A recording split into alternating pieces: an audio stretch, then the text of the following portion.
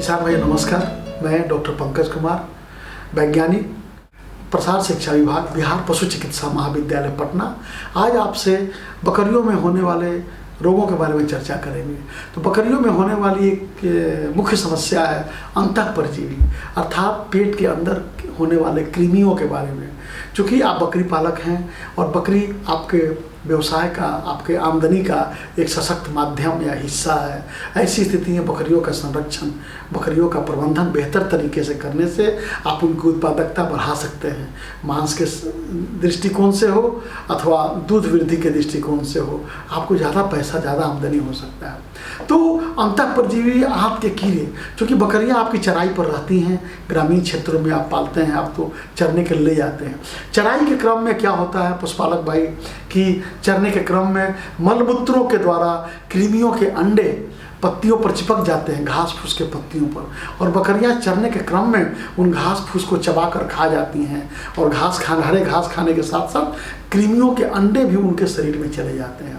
ऐसी स्थिति में उनके आँत में वो कृमि के अंडे बड़े होकर फिर कृमि का रूप ले लेते हैं। कई प्रकार के कृमि होते हैं और जब आँत में कृमि बढ़ जाएगा तो आप जानते हैं कि वो कृमि आँत में चिपक जाते हैं और शरीर से खून का शोषण करते हैं। अर्थात अपनी बकरियों को जो भी आप पोषक तत्व कर दे रहे हैं, जी तोड़ मेहनत करके आप खिला रहे हैं, हरा चारा हो, चाहे दाना हो, चाहे खल्ली हो या भूसा हो, जो भी चीज़ आप दे रहे हैं पोषक तत्व, तो वैसी स्थिति में आपकी बकरियां का वो सारा खाना, खून जो बनता है वो कृमि पी जाते हैं, तो बकरियां कमज़ोर हो जाएंगी, उनकी रोग प्रतिरोधक क्षमता काफ़ी कम हो जाएगी।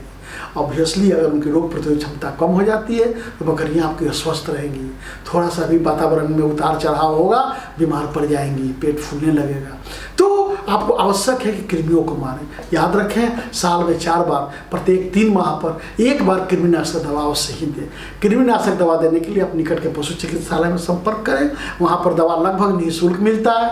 आप जाएं और वहाँ से दवा लेकर के दें। अगर दूर है तो आप एल्बेंडाजोल अथवा फेर्बेंडाजोल समूह की दवा शारीरिक वजन के अनुपात में अपनी बकरियों को दे सकते हैं। अमूमन अगर 50 किलो की बकरी है तो 200 मिलीग्राम की गोली एल्बेंडाजोल अथवा फेर्बेंडाजोल अवश्य ही दें। लेकिन ध्यान रखें, गाभिन बकरी को अगर कृमिनाशक दवा दे रहे हैं तो पशु चिकित्सक की सलाह पर ही दिया करें, कभी भी अपने मन से नहीं दें। और जब भी पशु चिकित्सक के पास जाए तो ये बता दें कि आपके वजन, बकरियों का वजन क्या है, बल्कि वजन लेकर के अगर जाएंगे तो दवा ज़्यादा फायदा करेगा। साल में 4 बार, प्रत्येक 3 माह पर 1 खुराक अगर दवा देते हैं, आपकी बकरियां स्वस्थ रहेंगी, उनकी उत्पादकता बेहतर रहेगी, आपको अधिक लाभ होगा, मुनाफा होगा।